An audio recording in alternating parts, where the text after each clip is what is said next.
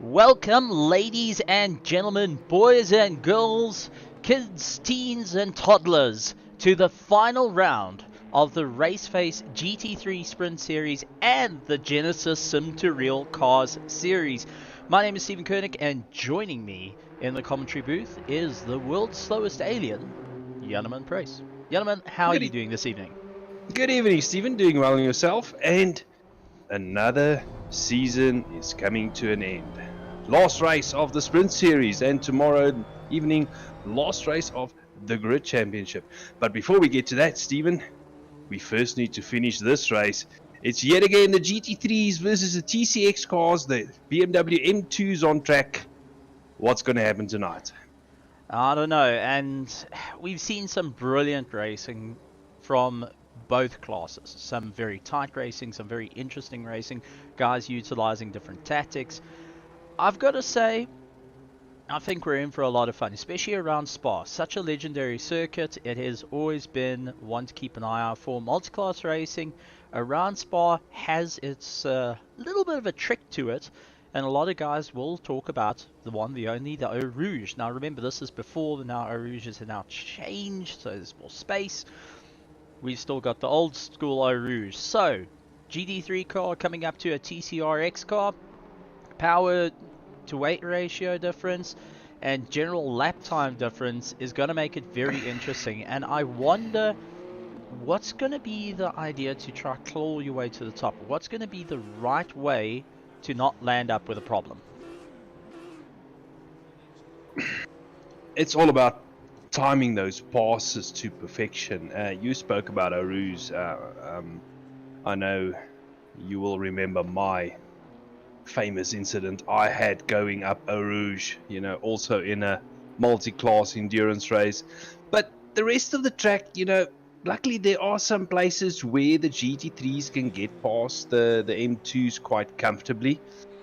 Yes, there are some tight places as well where they're going to struggle a bit, but I'm going to say Spa might be one of the easier tracks to do the multi-class racing on, especially if you compare it like, you know, the previous race, Bathurst, the mountain.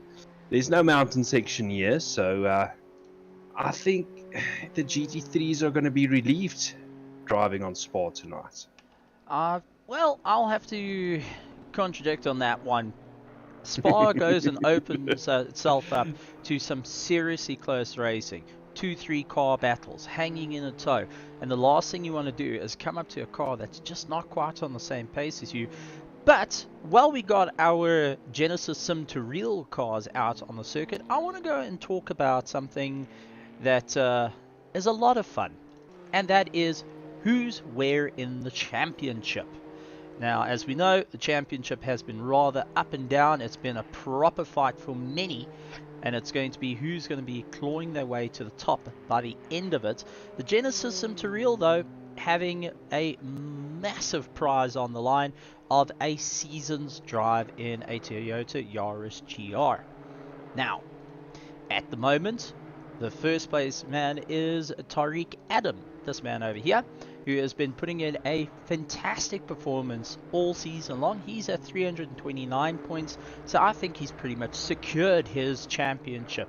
Second place at the moment is Ryan Ottens, 297 points, with Christopher Radloff, this man over here, in third place on 272 points, followed by Michael LaRue, Kurt Glaschken, Grant Van Daly, Hannes van Beek, Easterhouse, R. Jonker, S. Kutzer, J. Kleinans, R. Kleinans, K. Sanderson, C. Hansen, C. Sherritt, who was only in for a short, brief time in the cars, J. LaRue, Ferree, Van Beek, DeSantos, Prinsloo, and Tarika, going and rounding out the 21 cars that entered into the Genesis Sim2Real and really put on a good show.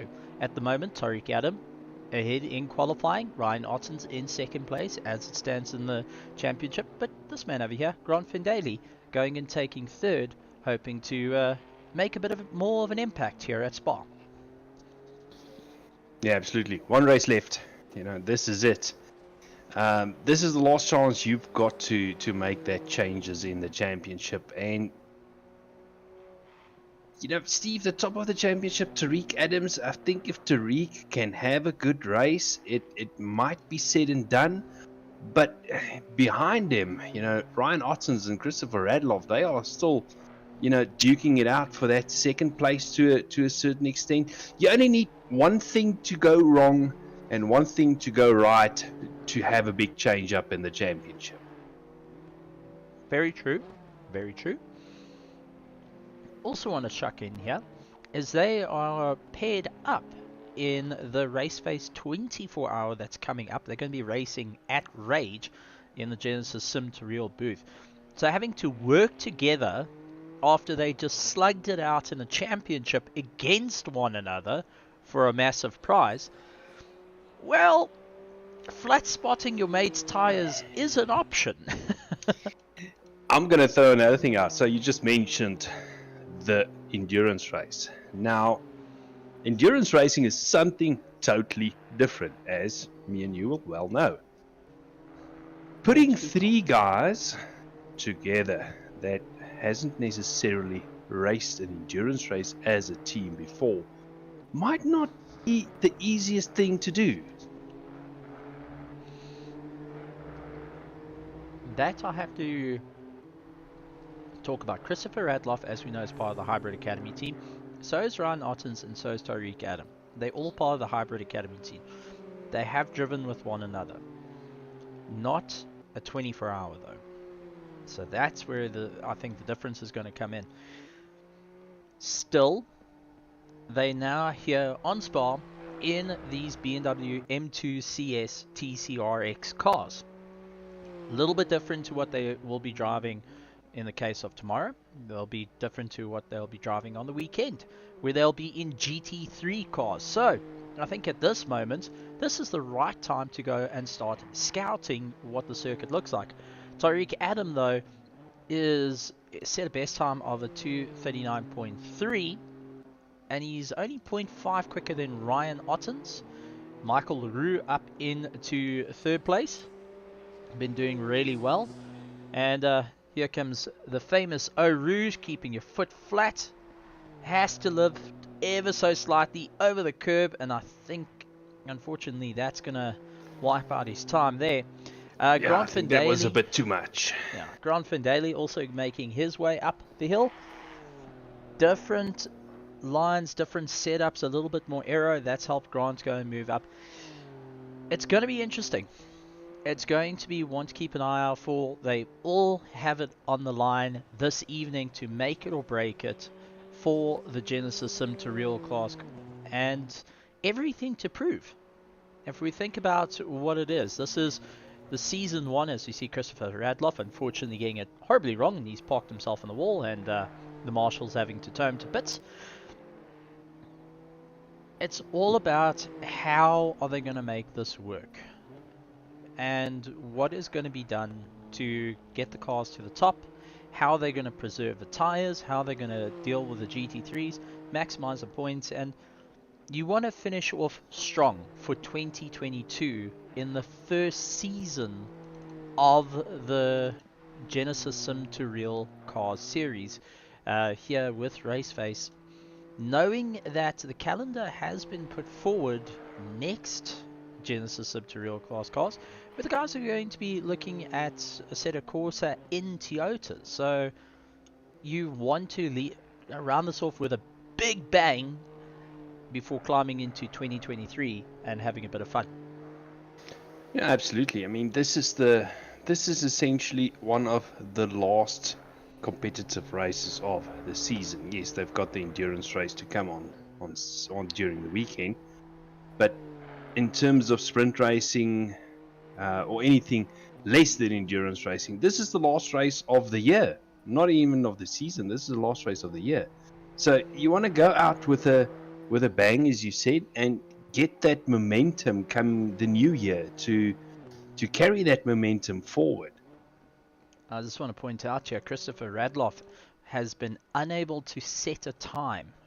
Just going and dropping a wheel on the dirt, and unfortunately the time has run out. As you can see, the GT3 cars making their way by, but Christopher Radloff is going to be starting at the back of the field after not being able to put a time out, and that's just by getting a wheel off onto the dirt. Kurt Glashkin at the moment, 1.1 seconds up on his previous time. If he can keep up the pace, this little pink and blue mobile might have just enough to get ahead of Grant Van Daly and also have a shot at getting into third place. He's 0.8, 0.7, 0.6. He's lost a bit of time. Can he keep up the momentum though? Remember, our GT3s are now heading onto the circuit. They're starting to circulate, get their tires warm. So Kurt knows that this is it. So Kurt needs to try and make this count. 0.3 up on that last corner. Getting the power down. Is it going to be enough though? Hard on the brakes into bus stop. This is one of the trickiest parts of the circuit to get the momentum out. 0.6 up on his time. Is that going to move him out of 5th place? And it comes across the line. He's going to be holding. Just not. Yeah, just not enough. He losing out the time. So first place is going to be Tariq Adam, Ryan Ottens, Michael LaRue, Grant Van Daly, Kurt Glashkin, and Christopher Radloff as it stands. Now, it's time for the big cars. Our GT3s, and this is where your interest lies a little bit more. You reckon? I love my GT racing. You know that very well. Not just the GT3s, but also the older GTE cars. You know, sadly, they are being discontinued. Lovely cars to drive. Looks a lot like a GT3, but it isn't. Well, that's very true, but we've also got to look at the standings going into the championship for the RaceFace GT3 Sprint Series, and at the moment, well, I think I have to put my money as Henry Mayer looks like he might have run away with the championship. Well, at this stage, you know, Mayer's he's got somewhat of a lead out there in front. He's sitting on 285 points. Followed by Bernard Barkhuizen on 193, and then Daniel Rowe on 181. Then 4th place we got Jason McGregor 178, Vega Grobler 5th place on 167. So Stephen, I'm going to say 2nd, 3rd, 4th, 5th, by no means done. Even if you go to 6th place, Grant Sebastian at 167. not Grand 167. Grand Sebastian is 141, and Guillaume is also on 141. So they still, got some positioning to do there. Then Buerta on 137. You got Skumon on 135. Dean Cabasa rounding out the top 10 on 130. So everywhere else in the top 10 except for first place, still very close, and anything can still happen there. Well, this is where it all gets so interesting, and our pro tier has really been putting in the effort. And a lot of people might be wondering, Spa, why is it so daunting, and why is Eau Rouge one of the most daunting corners? And has become famous for the wrong reasons in recent history, sadly. And when the guys come up to it, we're going to jump on board and actually see from their point of view, heading up this hill, where you got to keep your foot buried, because if you come off the throttle, you're going to lose so much time, it's not even going to be funny. You'll end up having a worst case scenario of climbing to the top and everyone comes flying past you. So let's jump on board with Bego Krubler as he makes his way around the circuit, holding fourth gear. It's all about keeping your foot flat. You want to try and carry as much momentum. Now we're going to be making our way through to the bus stop. And gentlemen, this is where I think you're a lot quicker than me. You can start talking about what the drivers are going to have to think about as they make their way around the circuit.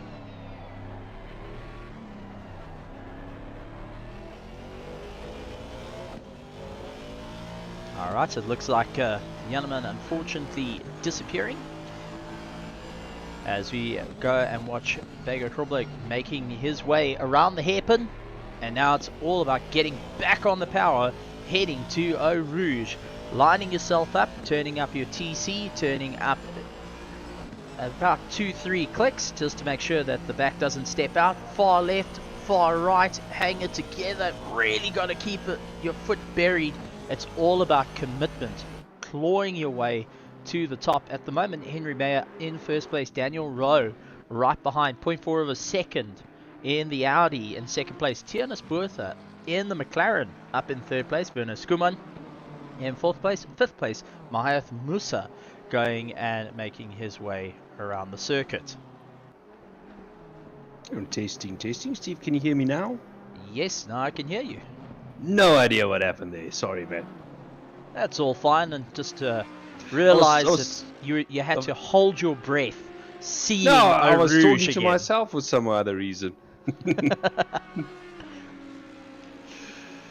But you mentioned Eau Rouge, and I listened to you as you spoke while the car went through Eau Rouge. Now, you mentioned foot flat to the floor and that type of thing. Now, a lot of people that don't know these cars are very aero dependent in some cases, and lifting through a corner like Eau Rouge can actually upset the rear end of the car, because you're using that drive to keep the car planted, and should you come off the throttle for any instance, that can actually throw the rear end of the car out. Now, the point I'm trying to make is things might get interesting when a GT3 car catches one of the M2s at just the wrong point through Eau Rouge and having to lift, maybe brake even, and that can throw the rear end of the car out.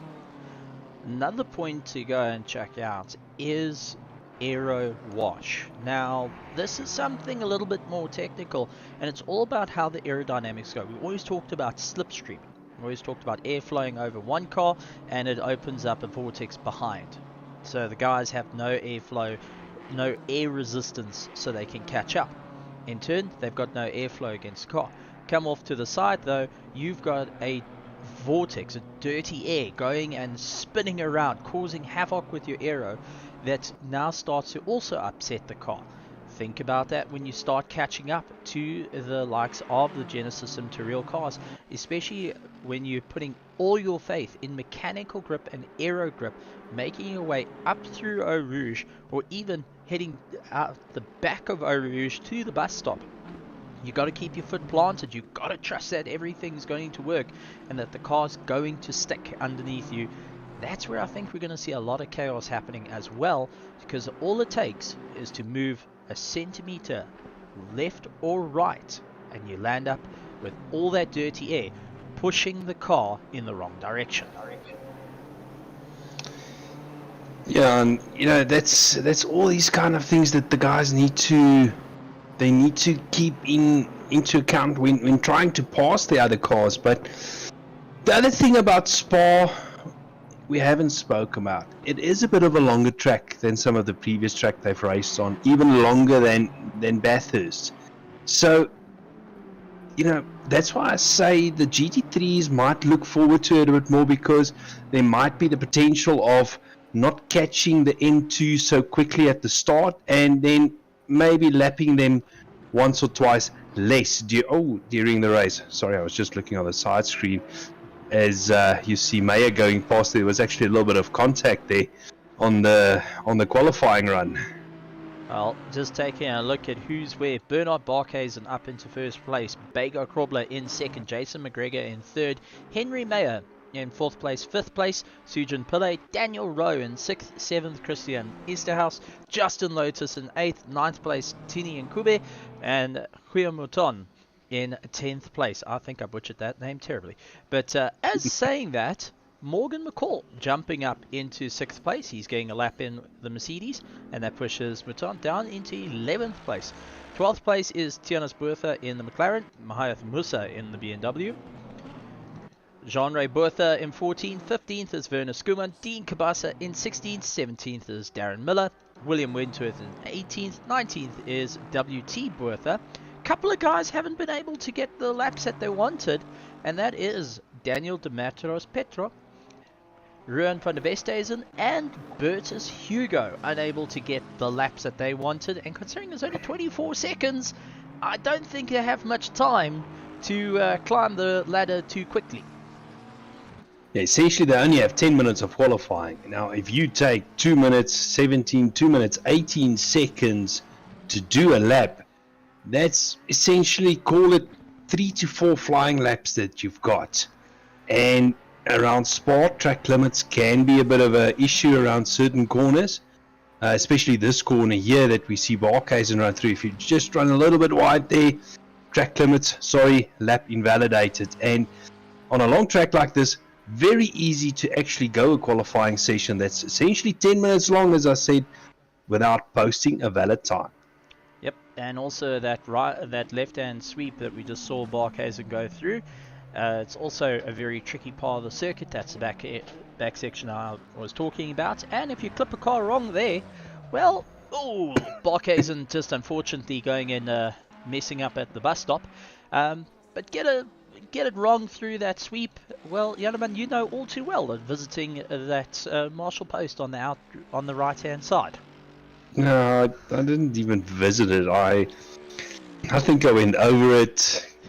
Got caught in the fence somewhere, something like that. But that wasn't my fault, Steve. That honestly wasn't my fault.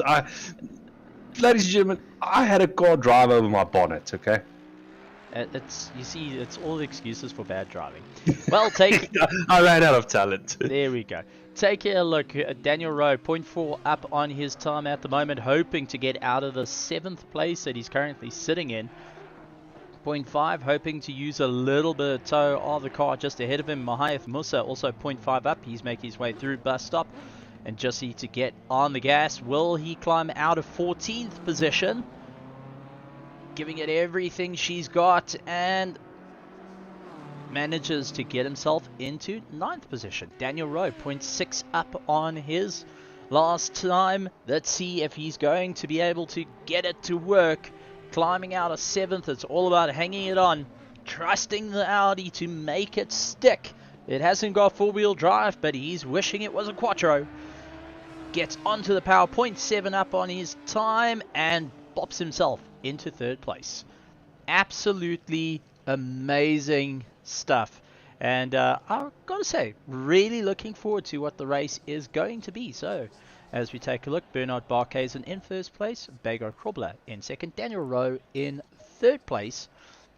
As you see the cars go up on the air jacks, Morgan McCall in 4th, Jason McGregor in 5th, Then you've got the likes of Henry Mayer in 6th place, Sujin Pillay in 7th. 8th place is Daniel Demetros Petro. We got Christian Esterhaus, Mahayath Musa, Justin Lotus, Tini and Kube, Mouton in 13th place, Jean-Ray Bertha in 14th. 15th is Tianis Bertha. Darren Miller in 16th. 17th is WT Bertha, or Virtua Bertha as I've been corrected. Dean Kabasa in 18th place. 19th is Vernus Guman. William Wentworth in 20th. Bertus Hugo getting 21st.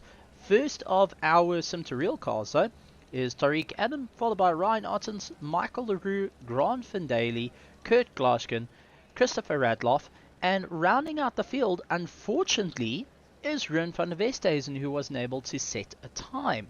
And he is now right at the back of the pack in 28th, and 8 cars away from the next GT3 car, with Rouge being a corner that he's going to have to deal with come turn 2, turn 3 on cold tires. On this layout of Spa, Aruz is actually turn 1, because they go around turn 1 before they reach the start line, if I'm not mistaken. So Aruz is going to be turn 1. So, you know, Van der Westhuizen will have to sit and wait until they get onto the straight before he will be able to make a pass on those M2s.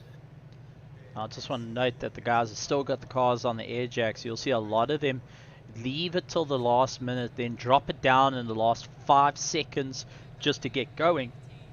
And that's just to try and keep some heat in those tires as they make their way off. Bernard Barkhuizen first out there. And now having to warm up the tires, warm up the brakes, start getting his head into the game and get ready to rock and roll as they look forward to go. Christopher Radloff, though, starting in the pits. Maybe he waited just too long before he dropped the car down? I don't know. It's a very unique thing considering where you come out. It is a long pit lane. Daniel Rowe actually coming to a stop on the circuit as well. That's not going to help him. So Daniel Rowe actually being forced back to pits. Actually, no. Just pointing out, Daniel Rowe has seemingly disconnected. So we have lost Daniel Rowe out of the race. And that's actually rather unfortunate. Yeah, you know, especially at the start of the race like this. Don't know if Daniel picked up a technical difficulty, maybe something went wrong. It's sad on the formation lap. I mean, you already got going, you already psyched yourself up for the start of the race, and then all of a sudden you find yourself back in the pits. Well, it's going to be a lot of hard work to climb the ladder, and definitely these drivers are looking forward to the challenge. Sujin Pillay right up behind our championship, well, leader at this point, and I think it's the GT3 Sprint Series champion, Henry Mayer, in the Audi. He's currently in 5th place, hoping to get a little bit more of a run and climb his way up. Sujin Pillay in the Ferrari with Fiat written on the side of it. It's gotta say, nice to see that the support from Fiat going and saying Ferrari, it's all good. We got you. We got rid of the, well, I wouldn't call him a specialist. Well, you were talking about Sujin Pillay. I think he's hoping for a nice race tonight because, you know, last week in the Sprint Series and in the Grid Championship on Thursday, he had a horrible race. So I think he's glad to be away from Bathurst after those 2 races and on to Spa, and hopefully, from my side, Sujin, I hope you have a good race tonight. Well, if not, he's got the best photos, that's for sure, and he has it all over the RaceFace Discord. I want you guys, join the RaceFace Discord, come see the photos that these guys take. It's amazing. I still can't figure out how they do it with the, you know, from a sim. It looks so real. Well, Stephen, it's actually a very basic and easy concept. They've got more talent than me and you. A lot more. In many ways. Alright, ladies and gentlemen, now we're starting to gear up, starting to get ready, start getting excited as we start lining up for the final race of the RaceFace GT3 Sprint Series and the Genisus Sim2Real, with Bernard Barkhuizen leading out, Tariq leading out for his class, and it is going to be all on these two to contend with a grid that all they want to do is get going as fast as possible. This is going to be exciting. Have you warmed up the brakes? Have you warmed up the tires? Are you ready for 45 minutes of pure adrenaline racing around the legendary Spa for the final time in 2022? This GT3 Sprint Series and the Genisus Sim2Real will be lining up. Bernard Barkhuizen leading out, Bago having to just try and play a little bit of catch up. They're going to hold that 70 kilometers an hour. Remember, there's a grid spot missing because Daniel Rowe is in the pits, lined up, ready to go, waiting for Jim to go and let us know when the race is on. Around the sharp hairpin, tensions rising. You can see Morgan hunting at this point. Henry Mayer getting ready to go. Jason McGregor chomping at the bit. But it's all on these front two to contend with Eau Rouge and try and stop the field from going at them. Making their way through to down to the line. Round the corner and get ready to rock and roll when they start seeing a beautiful Eau Rouge and getting ready to rock and roll and race. And away they go. Bernard Barkhuizen getting an early jump on Bago. Bago trying to go into the middle and take a look at Morgan McCall up on the inside, moving himself into second place. Henry Mayer also moving his way up. But Morgan not hanging around at this point. He wants to get going as quick as possible. The field making their way through, all jostling for position as we take a look at them going into turn 3, hard on the brakes. And if we jump down to our Genisus Sim2Real, Tariq Adam ahead of Ryan Ottens, Kurt Glashkin in a bit of a battle at the moment with Van der Westhuizen making his way through. Oh, slight contact, and that is unfortunate. That looks like it was between Grant Van Daly and the likes.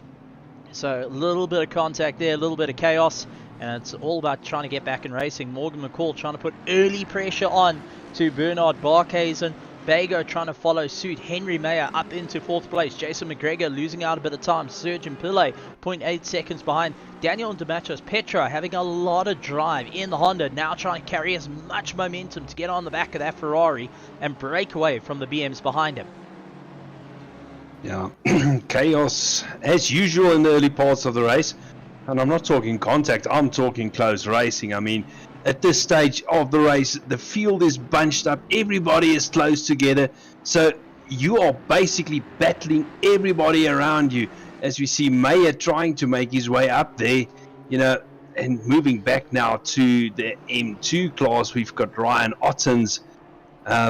They've pulled out a little bit of a gap there, Stephen, so as usual, Ryan and Tariq, they're gonna take the battle to each other, and I think we're going to look forward to yet another close race between these two.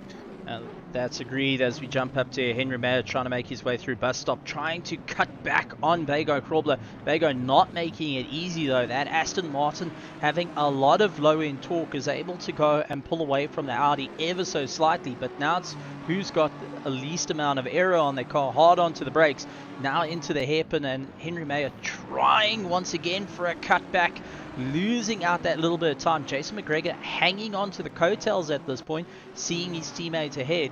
The Hybrid Academy team are going to be talking. Henry Mayer of the team Try Hard Hot Stuff is actually the sister team to the likes of Hybrid Academy. Sideways up a hill, and it looks like all problems going wrong for Jason McGregor as he gets it all kinds of wrong.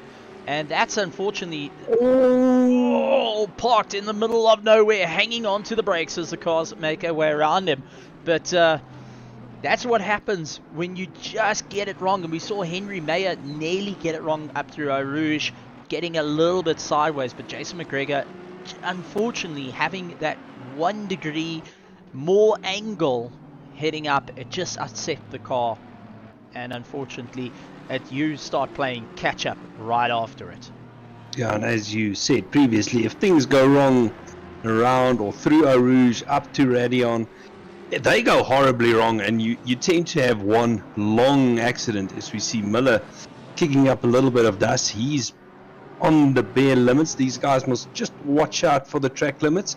The last thing you want in a sprint race is to have a drive-through penalty. That's it, with the longest pit stop longest pit lane in history. And take a look at Mouton trying to go after Tiens Bertha, goes up on the inside, the McLaren trying to fight back. BMW just having a little bit more legs around the outside, but getting pushed out just a fraction, and it looks like Mouton able to get by. Darren Miller now wanting to get involved in this fight. Tiens Bertha now going on the defense to try and hold back the Lamborghini. Dean Cabasa also getting a little bit closer to have the join in on the fight. So Bertha having to work extra hard at the moment, not only in a chase, but having to go and watch his left and right mirror like a hawk at this point, knowing how close the likes of Dean Cabasa and Miller are to one another. Miller trying to go on the inside, Cabasa trying to go around on the outside, hard on the brakes into the bus stop. The Lamborghini just able to brake a fraction later. The good part about having a mid-engine, it tends to like the tighter corners a little bit better. That's that rear end rotation, but it's, for me, mid-engine cars, they tend to be a bit more difficult to set up than the front engine cars. I've said it before, the front engine cars, whoa, as we see Morgan McCall almost drifting through Radion there. He is hard on the charge behind Bernard Barkhuizen, and he wants to get past, and almost get the impression that he feels like Barkhuizen is keeping him up at this stage, but not able to pass him down that Camel Straight, and the McLaren just having the legs on that big Mercedes as they go through there. Barkhuizen running very wide out there. He's also trying his utmost best to try and keep in front of Morgan McCall at this stage.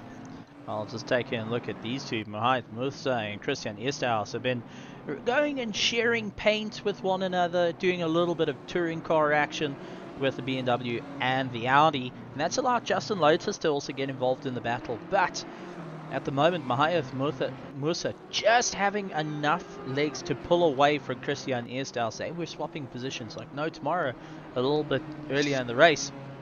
That's allowed Justin Lotus to get involved in the battle, and you can see headlights up for Mahayath Musa, just going and making sure he's as visible as possible, because it won't be too long before the guys start catching up to the little battle at the back, which is Tariq Adam, Ryan Ottens going at it one another. Grant Van Daly currently in third place, Christopher Radloff in fourth, fifth place Michael LaRue and Kurt Glaschken making his way through. If you see where they are on the circuit though, they are not too far before the likes of these GT3s start catching up and looking to get past them. And last thing you want is to be stuck in a battle like this and you're going to be piggy in the middle.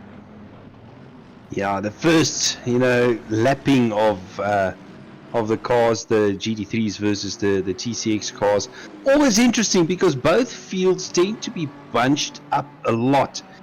As you see Bega there on the background doing a pass. Did he get past Meyer there? It looks like he pulled up the pass there, but now what this has allowed Meyer to sit in that slipstream all the way down to Eau Rouge, through Radion, onto that Camel Straight. Turn 1, Stephen, is not always the best place to pass around spot. Oh! Hangs it sideways, can he save it? Spins it out. Oh! Was nearly the save of a century. Just want to point out, but now everyone's coming past and having to take evasive action. Justin Lotus hooking it sideways. It is carnage. Dean Cabasa in the wall. Yes. Lots of cars just having to avoid Henry Mayer, who is unfortunately stuck in the middle of nowhere, and it looks like a bit of a graveyard with that. Unfortunately, nowhere to go, and you're coming up at such a pace. But now, a couple of cars, bit of damage, guys having to try and maneuver their way around. get themselves sorted, like Mutan over here, getting a little bit boisterous with Bertha, and now has Miller so going and closing up. Justin Lotus trying to get a little bit more pace back after that crazy. Well, all I can say is we witnessed a murder, ladies and gentlemen. Multiple murders. Yeah, and as you said, absolutely nothing that Maya could have done there except for hold the brakes. And all the cars that, they come over that crest of Radion, and all of a sudden there's a car in the middle of the road, and your reaction time is, basically milliseconds, not even seconds. And the car traveling at such a high speed, throwing it to one side or another can really upset that rear end. And that's exactly what we saw there, cars going into the wall left, right, and center. And some cars are able to survive, but a lot of cars landing up smashed to pieces. Ruin van der Westhuizen, Christian Esterhaus, Henry Meyer, Dean Kabassa also took some nasty impacts as he's suffered quite a bit of damage there. Daniel de Master Petros was able to avoid the carnage. Jason McGregor, you can see a little bit of damage on him. Bego Krobler Bertus Hugo was okay. William Wentworth having to take evasive maneuvers. Werner Skuman, WT Bertha, you can see some scratches on it. Tiernas Bertha also with a few nicks on his car. A lot of the guys just had nowhere to go, and you actually can't blame Henry Mayer, because all that he could do was hold the brakes and just pray no one hits him. And unfortunately, everyone else, the moment you come off the throttle, the moment that you hit the brakes, and especially with a blind corner, you don't know where this car is. You don't know whether it's in the middle of the road, unless you got a mate that's gone and, well, bit the dust first. You have no warning. Yeah, the first warning you have is yellow flags, and you don't know where that car is, as you said. I mean, it's a blind corner. And I think most of the cars missed Maya, but they didn't miss the wall. The wall, the dirt, and definitely changing the color of the seats there. A lot of guys, unfortunately, hurt in that one, but still a fair amount. Just keeping up the pace, still going to keep going. Darren Miller trying to go around Tiernas Bertha and do everything he can. Mutan going side by side. He's hoping to get ahead of Jean-Ray Bertha. The two BMWs showing what they can do, and really putting in a monstrous effort against one another. Bertha just holding a very good defensive line at this moment, keeping to the middle of the circuit, not watching his mirrors too much, keeping his racing line, and making Mutan having to work a little bit harder to try and get by. Yeah, and that's all that you need to do. Sometimes if you have by any means a spotter, that can help you really a lot in a scenario like this. As you said, not watching the rear view mirrors as much, and you can focus on the track ahead. That can help you a lot in a situation like this. Out in front, Bernard Barkhuizen pulled out, I wouldn't say a little bit of a gap, because it's still, basically a second between them. But he is a bit further away from McCall than what he was a lap or so ago. So maybe a bit of breathing room for him there now. Well, it's all breathing room as he makes his way up through Rouge, and take a look where Kurt Gloshkin is, as he's not too far away. If we take a look at the track map, there we go. You could see the number 10 car, that is Kurt Gloshkin, and our little triangle there is Bernard Barkhuizen, who's actually starting to catch up to another GT3 car. It's Daniel de Master Petro, who was unfortunately part of that carnage trying to take evasive maneuvers. So blue flags are going to start coming into play, ladies and gentlemen, for everyone in this race, and I think our leaders are going to have to try and figure out what they're going to do. Maybe Morgan McCall had backed off, knowing that they're getting a little bit closer to being able to box in. As we jump to our Genisus Sim2Real cars, Tariq Adam, Ryan Otten still slugging it out amongst one another. Tariq Adam leading the charge, Ryan Otten's hoping to keep up the drive and also concentrating on maximizing his points at this moment over the likes of Christopher Radloff in the championship. Grant Daly currently third. He's in a little bit of a lonesome run at the moment. Christopher Radloff trying to chase him down. And it's going to be interesting as these two little M2s are going and battling it out through bus stop. Does look like Ryan Ottens has got a little bit more of the legs compared to Tariq. Tariq holding that inside line, going to the middle of the circuit, hoping to try and force Ryan Ottens out a bit wide. Morgan McCall, though, catching up to Bernard Barkhuizen of our GT3s as they make their way into the bus stop.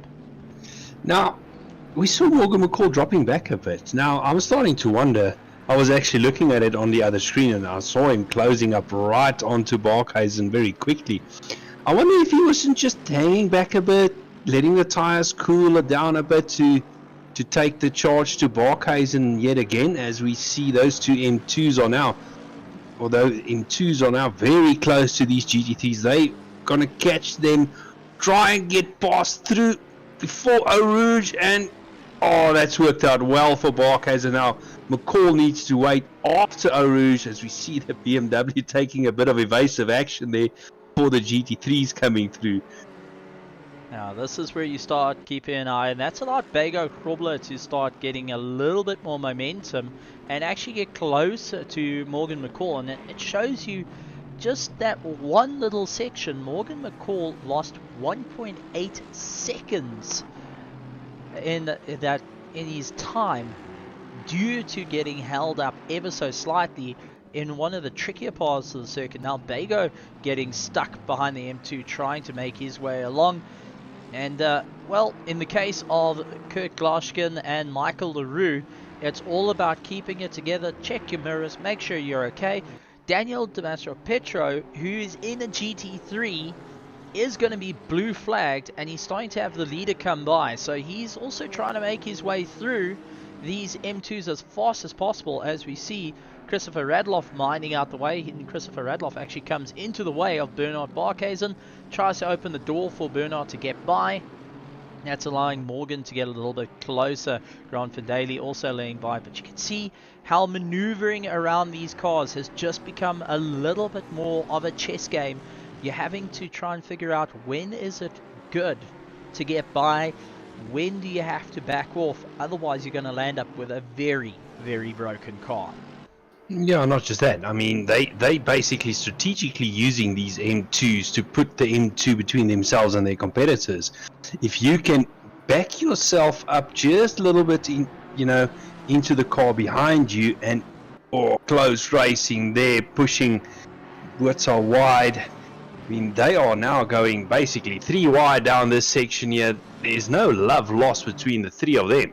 Now Miller in the Lamborghini, Tianus Bertha in the McLaren trying to go on the outside, and Jean-Ray Bertha in the BMW chasing him down into bus stop though. It does look like Darren's got the advantage. Take a look at Jean-Ray though, tried going up on the inside of the McLaren, doing everything he can, but just can't get the power down early enough to do it.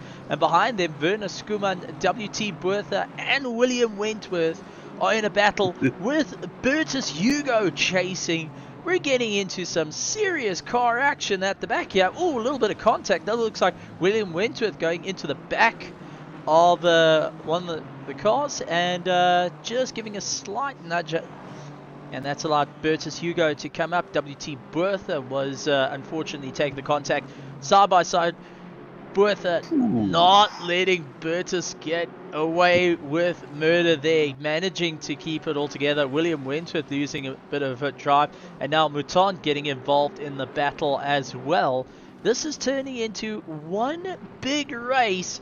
William Wentworth trying to close the door. And yep, that's what happens when GT3 slick tires and grass meet. They are not the best of friends. They don't like to talk nicely, and the racing gets a little bit too crazy.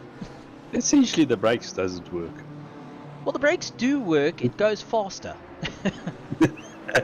All that happens is the wheels lock up, and then it happens. It's no steer, rear steer, all steer everywhere. Well, in all this midst, take a look. Christopher Radloff now onto the back of Grant Daly as we take a look at one of the GT3s coming by, just giving him a slight nudge. Elder BMW brother going in, allowing the little kiddo to have a bit of a paint swap. This has allowed Christopher Radloff to get closer to Grant Daly, which means if he can get past Grant, he can get third place, which does help his championship. All of them going out very wide. Grant losing a little bit of drive side by side. Here comes Darren Miller and Genisus Bertha. The Lamborghini trying to go up on the inside, make it 3 wide, but managing to get by. Genisus Bertha and the McLaren also getting by, but that's allowed Christopher Radloff because Grant had no option but to get off that throttle and allow the guys to get through. As we take a look at Jean-Ray Bertha and Werner Skuman, also close to one another. Genisus Bertha along with Darren Miller are the closest battles for our GT3s at the moment, and part of the closest battles that are currently happening on circuit is still the ongoing battle of Grant Daly and Christopher Radloff. Tariq Adam 1 second ahead of Ryan Ottens at the moment as they make their way through, and they currently ahead of Daniel Petro, who has come out of pits after getting some work done. Christopher Radloff trying to make up the ground. Grant Daly a little bit further down. Michael LaRue and Kurt Glaskin, but it looks like WT Bertha in the pits, and I wonder if the damage to the car from William Wentworth landing up in the dirt, collecting him ever so slightly, was just enough to upset the car. Yeah, in a sprint like race like this, Stephen, you know, if you sustain a lot of damage, that can basically ruin your whole race. The other thing I'm just keeping a little bit of an eye on all the cars is track limits. These guys they're flirting with those track limits a bit, and they need to be careful. Otherwise, we're going to see 1 or 2 drive-throughs starting to creep in, and that can ruin your race just as much as picking up damage. And just going to point out, first comment coming on, and it is the brother of William Wentworth, Robert Wentworth, going and saying, busy race, real exciting. That is definitely the case here, and has been incredible at this point, as we see Darren Miller and getting by Tariq Adam, having to battle off Ryan Ottens while letting these guys go through. And side-by-side action, you can see Tariq flashing his lights at this point, saying, what are you guys doing? You've now given Ryan Ottens a chance to come and do a battle with me.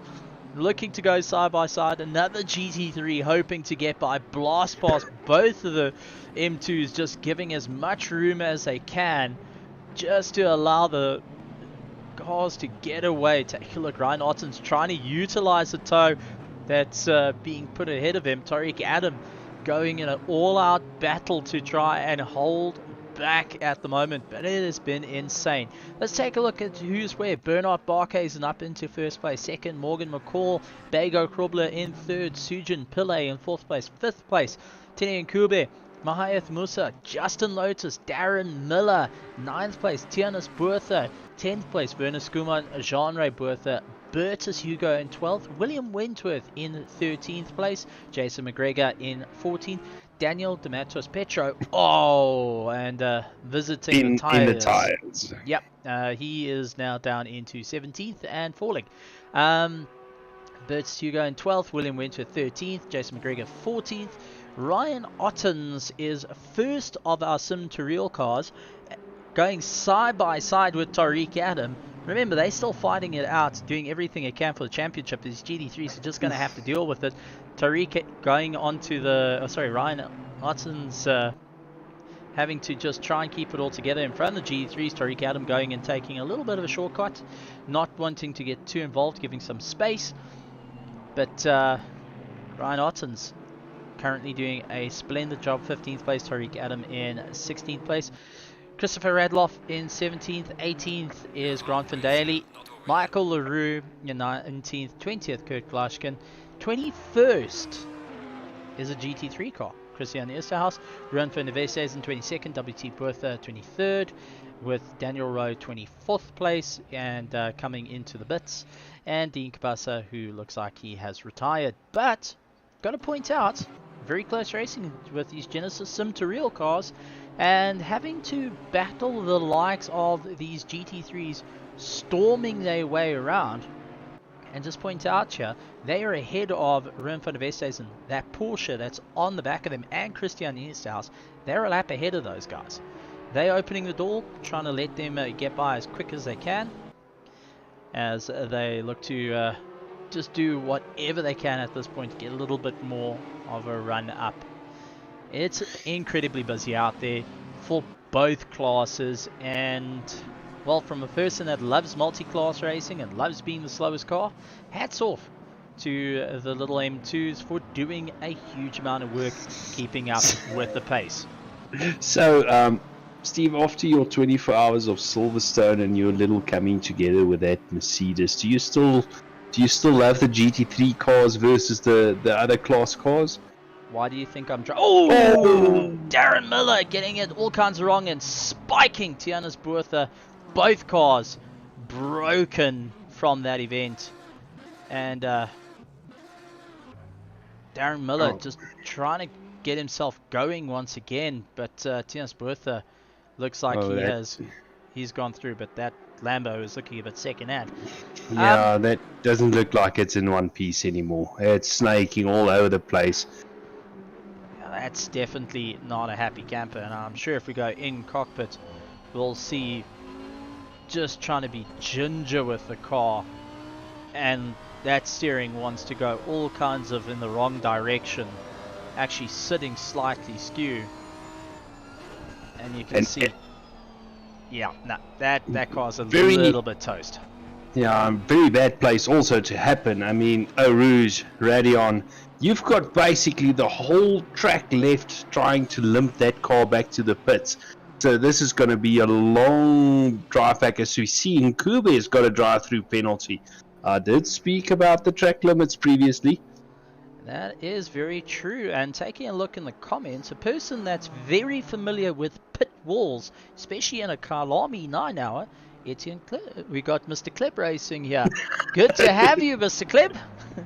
Welcome. Hasn't been around and chatting much, and hopefully we'll see him racing once again.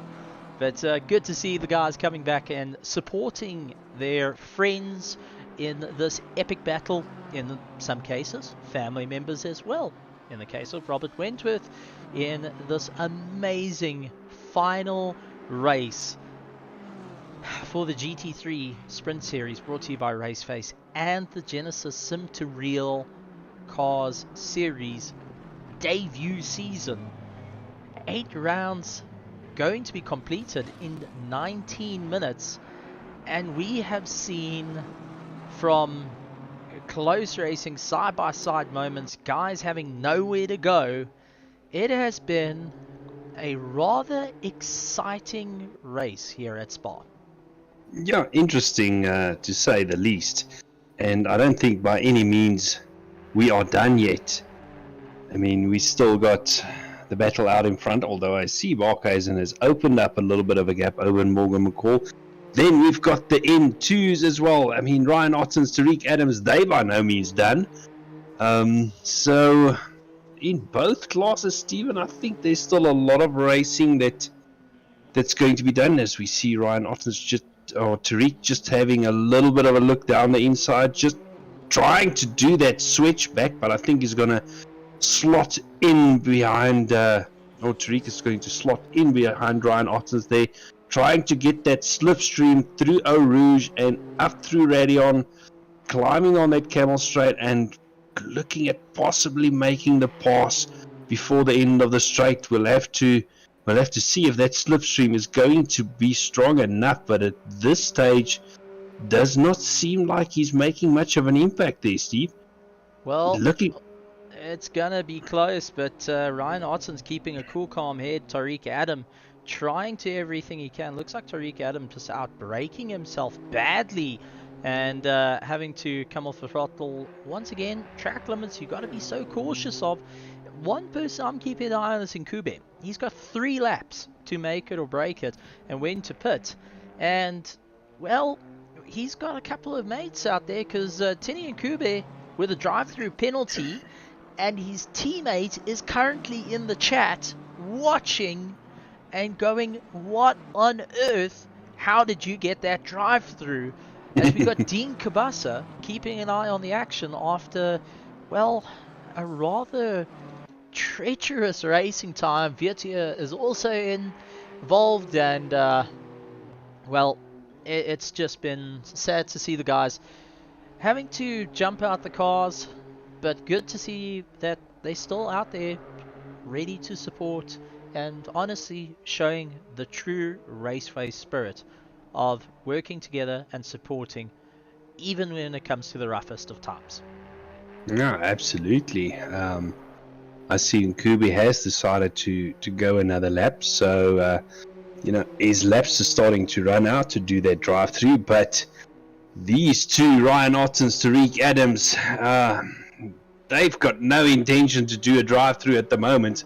They are battling it out, hammer and nails, tongs, they throwing all the spanners at it. I'm always amazed, Stephen, how the guys can race this closely. Like these two have been racing all season, and yet no contact. They keep it clean. That takes some true skill in doing. It's definitely some hard work, that's for certain, and Ryan Ottens having to be very defensive. Knowing that Tariq has got the championship, I don't think he's too concerned of getting involved in too much of a fight. He's just trying to maximize his points to get ahead of the likes of Christopher Radloff, who is currently in 3rd place and a little bit further behind, 14.9 seconds behind.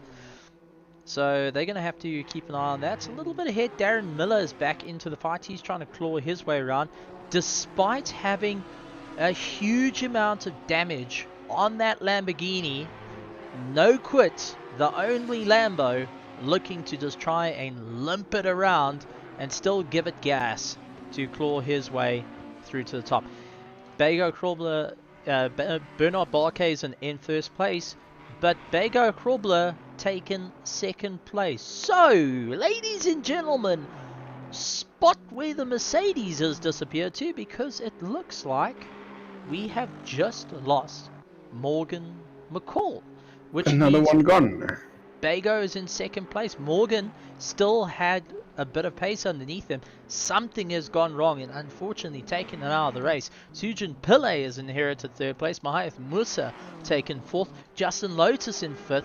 Werner Skuman in 6th place. 7th place is Jean-Ray Bertha. Tini Nkube in the pits doing his drive through, and he's been in the pits for the last minute busy doing his drive through. That's how long this pit lane is. yes, you still got to work your way through the hairpin, which he has. He's now in his 2nd part.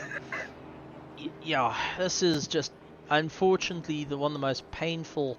It's almost like going through a funeral procession at this point, and looks to try and climb through, but he is dropping way down the order, down in 11th place at the moment, and having to slug it out. Tariq Adam has opened up a huge gap to Ryan Ottens, so something has gone on where Ryan Ottens has lost a huge amount of time. I think Ryan Ottens went and lost the tail end somewhere, and he's 6.8 seconds behind, so that's free Tariq Adam.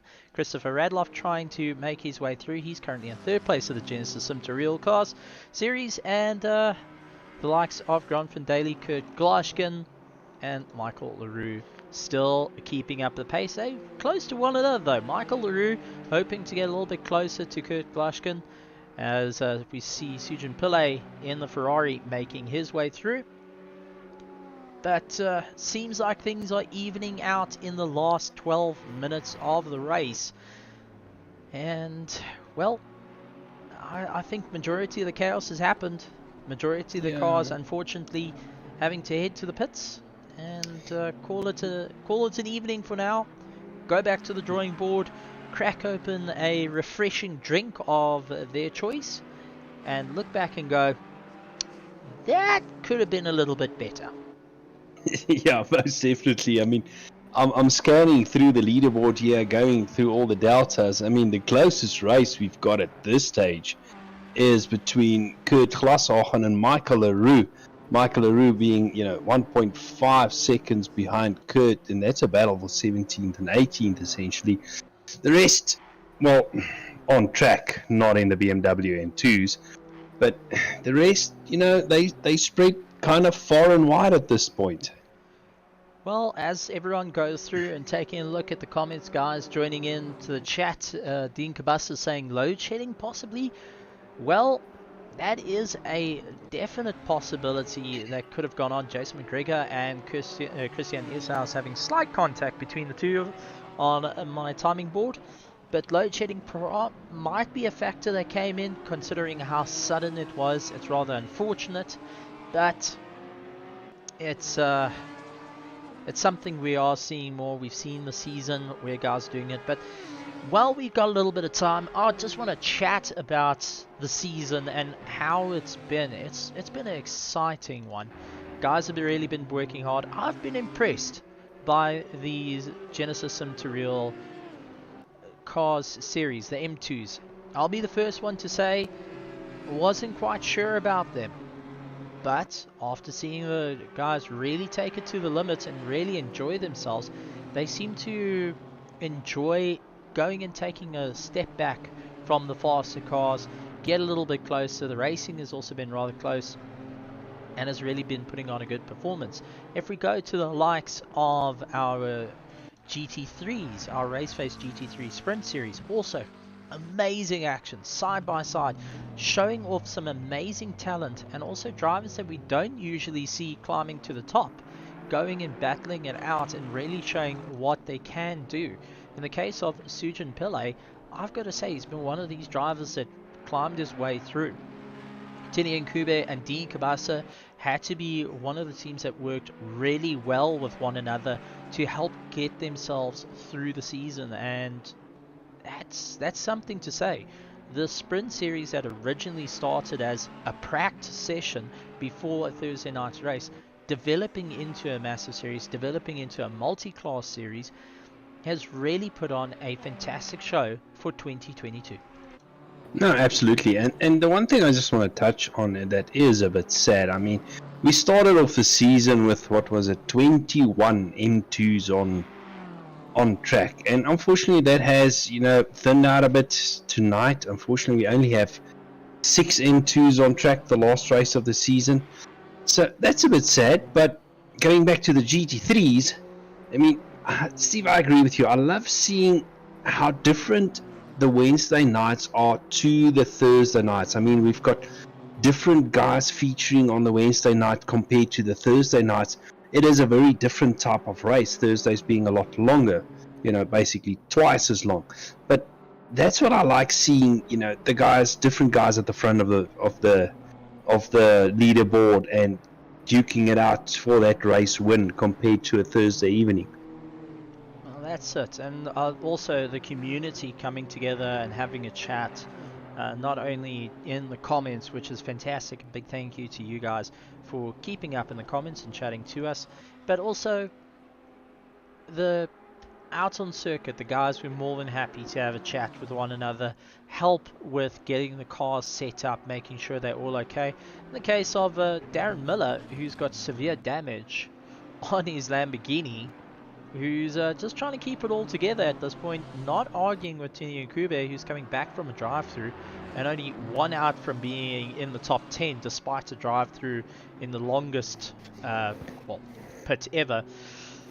We've seen some laughs, we've seen some camaraderie, we've seen guys really enjoying themselves and embodying the, having the spirit of RaceFace and what sim racing is, was, and always has to be, is friendship. No, absolutely. As we see Mr. Burtis Hugo, one of the Glashagen running wide there. Burtis, in the Aston Martin, taking it up on the inside and carry on his merry way, Mr. Raceface himself. But Steve, the one thing I want to say is, and I think this is the first time this season it's going to happen, there's a real possibility that all the M2s are going to finish in front of a Porsche and one Audi that is still out on track. So the M2s might even be 2 GT3 cars tonight. And that's with the cars still going. It's Yeah, not that's with them still going. That's excluding the cars that have unfortunately given up the ghost, as we've seen. But I've got to say, the guys have been doing well. Watching their review mirrors, keeping it all together. It's been a very entertaining season. It's been rather interesting. Tariq Adam going to be leading out the season. Ryan Otten's currently in second place. Christopher Radloff in third. They're going to be racing together. Michael LaRue and Kirk Gloshkin. I mean, these two have met out on circuit. We've been keeping an eye on them. Their racing has been very, very close at the moment, and they are fighting it out 6th and 7th in the at the moment, so their race is still very, very real. Bernard Barkhuizen into first place. Bego Krobler in second, Sujin Pillay in third. Our championship leader, unfortunately, landing up in an accident and unable to finish the final race. These are things that's gone on that's really changed up the whole outlook of it. I want to point out here, Michael LaRue getting passed by Ruben van der Westhuizen in the GT3 Porsche.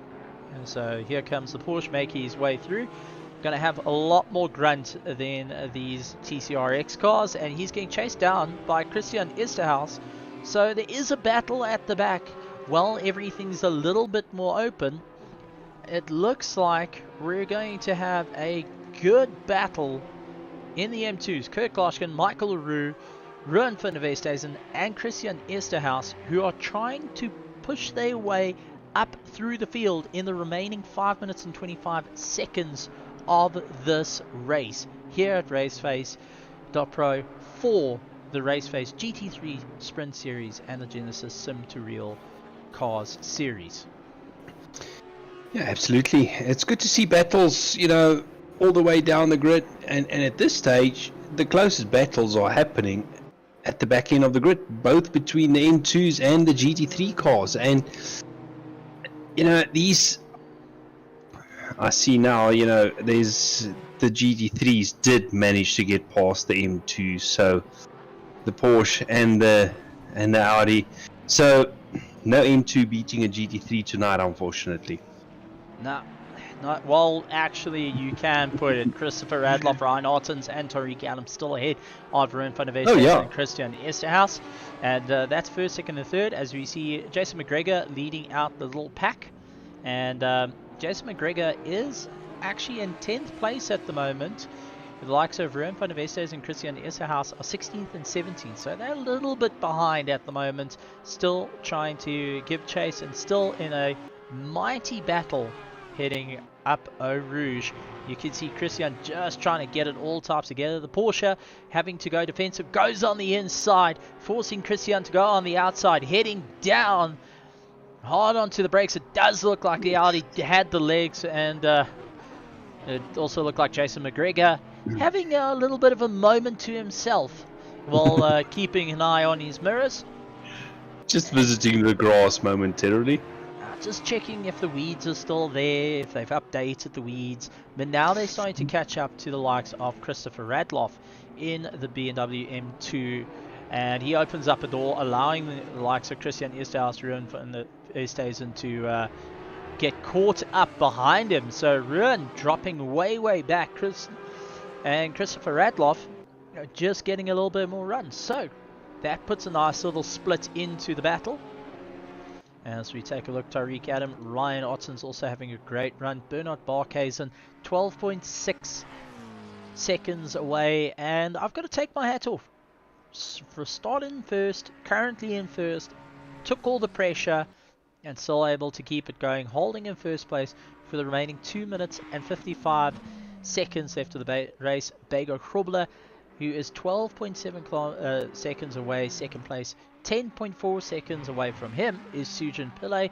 Mahayat Musa in 4th place, sitting at the bottom of Eau Rouge. Justin Lotus 13.7 seconds away, 7.5 seconds. Werner Skuman, Jean-Ray Buertha, Bertus Hugo, William Wentworth, Jason McGregor, Tini Nkube making his way through. Darren Miller still going and limping that car around. Tariq Adam is first of our Genisus Sim2Real cars. He's getting chased down by this man over here. Ruben van der Veste is in 4th position. Remember, he's not going to get the blue flag, so it's all about just utilizing that power. Christian Esterhaus, though, has caught right onto the back of him and is now putting on a huge amount of pressure, and you can see how Van der Veste is trying to get Jason McGregor to go as they're now heading down to Eau Rouge. Christian trying to line up side by side. Is this going to work? Does look like Audi has just a little bit more legs than the Porsche. And a bit nerve-wracking there. Especially some interesting go for a pass. Christian now having to deal with the BMW M2 just ahead as they make their way by. Seemingly no issue at the moment. Hard onto the brakes. You can see how the Porsche just trying to outbrake him, and Van der Veste is not hanging around at the moment, really trying to force Christian into a mistake. Gets it all kinds of sideways, saves it, but that has definitely killed some time. And we just heard from Jim. Jim's been working hard all season. Big thank you to Jim, going and letting us know that this man is on his final lap. Bernard Barkhuizen's got the white flag. That means Bego Krobler is going to be getting it. Sujin Pillay, who's making his way through the bus stop. So the guys have got to hang it all together for the remaining parts of the race to go and finish out the 2022 season. Yeah, no, another season comes to an end. 1 lap to go. It's kind of sad in the one way, Stephen. I mean, we won't be back next week. We're going to be on a bit of a break, an off season, so to call it. So, you know, around the track for one last time, and you know, some of the battles are still not done. They still fighting. We're having a look at Esterhaus and so forth. So, you know, it's nearing the end of the season now, and it's starting to become reality for the Sprint Series. I just want to point out here, Dean Kubasa sent a message. He's like, well, I'm going to do one more lap. Despite everything, despite chilling and watching all the action, he's going to do one more lap. Oh, Christian has spun it. Christian has spun it. Van der Veste isn't getting by, and now that has split it up. But Bernard Barkhuizen making his way through. He's going to be finishing up his race soon. But I think Christian Esterhaus just losing that little bit of momentum, rotating the car through bus stop, had it in the bag. But unfortunately, it didn't quite work out for him. But this man here, Bernard Barkhuizen, has been leading it out throughout the race. Bego Krobler has tried fighting back. Morgan McCall was in it, but unfortunately a disconnect from the 80k Pro driver has cost him. He will be back tomorrow, definitely to duke it out for his championship in the Grid Series. Make his way through bus stop though. Ladies and gentlemen, boys and girls, it is a McLaren. It is making his way through.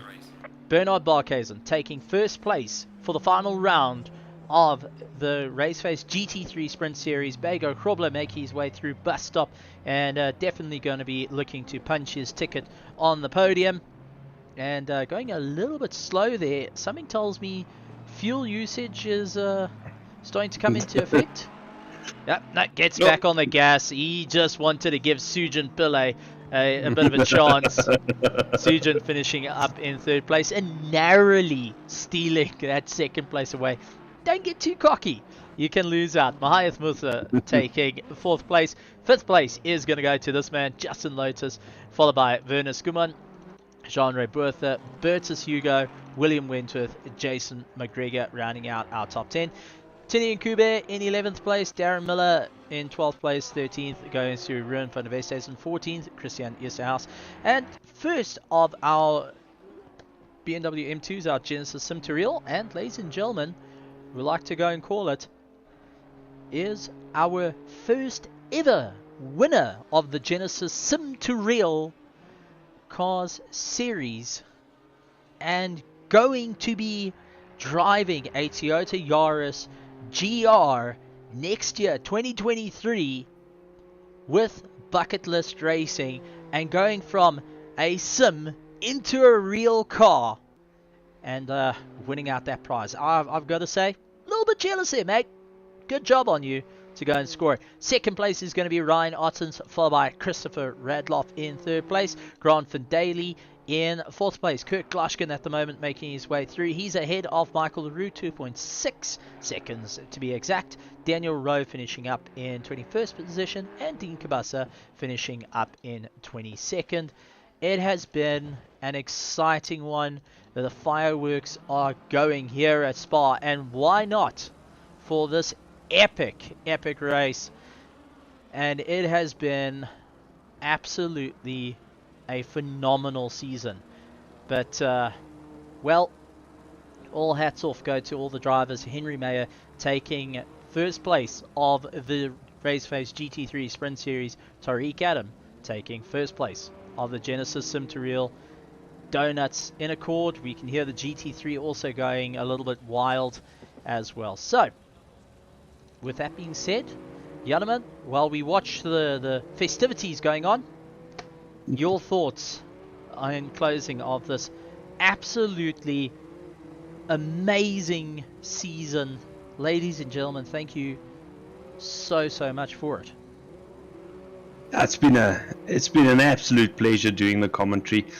Bernard Barkhuizen, well done on the win tonight. I think with that he has secured his second place in the championship. My math is nowhere good enough to work out third, fourth, fifth, and so on. So I'm gonna leave it to the RaceFace admin team to do.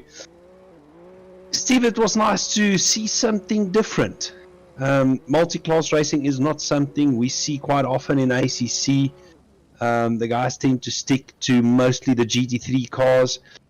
Now we had something totally different. It wasn't even GT3 versus GT4. It was GT3 versus TCX cars. There was a huge pace difference. I think a lot of the guys learned a lot during this season of how to handle the multi-class racing, because they might not have been that familiar to each other. So now that all is said and done, what can we say? Looking forward to another great season come next year. 2023 is going to be exciting, and keep an eye on the Discord, keep an eye on the website. It's in our description below. But to everyone that joined us in the comments, to all the drivers, well done. Thank you very much for your patience. Thank you very much for welcoming us in the home, and also helping us quite a bit through getting the commentary all sorted, despite all the ups and downs that have that incurred on it. But a big thank you to the guys. A big thank you to the RaceFace admin team for all the hard work in the background behind the scenes, and also a big thank you to Christian Deploy for the graphics that you currently see on circuit while seeing on the stream, for all the hard work there. It has been exciting. It has been great. We've got the Grid Championship tomorrow, and the weekend we've got the RaceFace 24-hour to round off the 2023 year here at RaceFace. We welcome you guys. Please make sure you hit that subscribe button along with the bell notification icon. And, well, till next time, we'll see you in 2023 for the RaceFace GT3 Sprint Series and the Genisus Sim2Real Series. My name is Stephen Koenig, and in the com box, going and signing off for the last Wednesday of 2022. Got a tear in my eye for saying this. Janneman Price, big thank you for joining me in the com box and for all the exciting times. We'll see you next time. Always a pleasure. We'll see you next time. We'll see you tomorrow. We'll see you for all the action here at RaceFace. And maybe, just maybe, we'll see you out on the circuit as well. Goodbye, ladies and gentlemen. Have a good one. And enjoy. Good night, everyone. Enjoy the lights, hopefully not going out.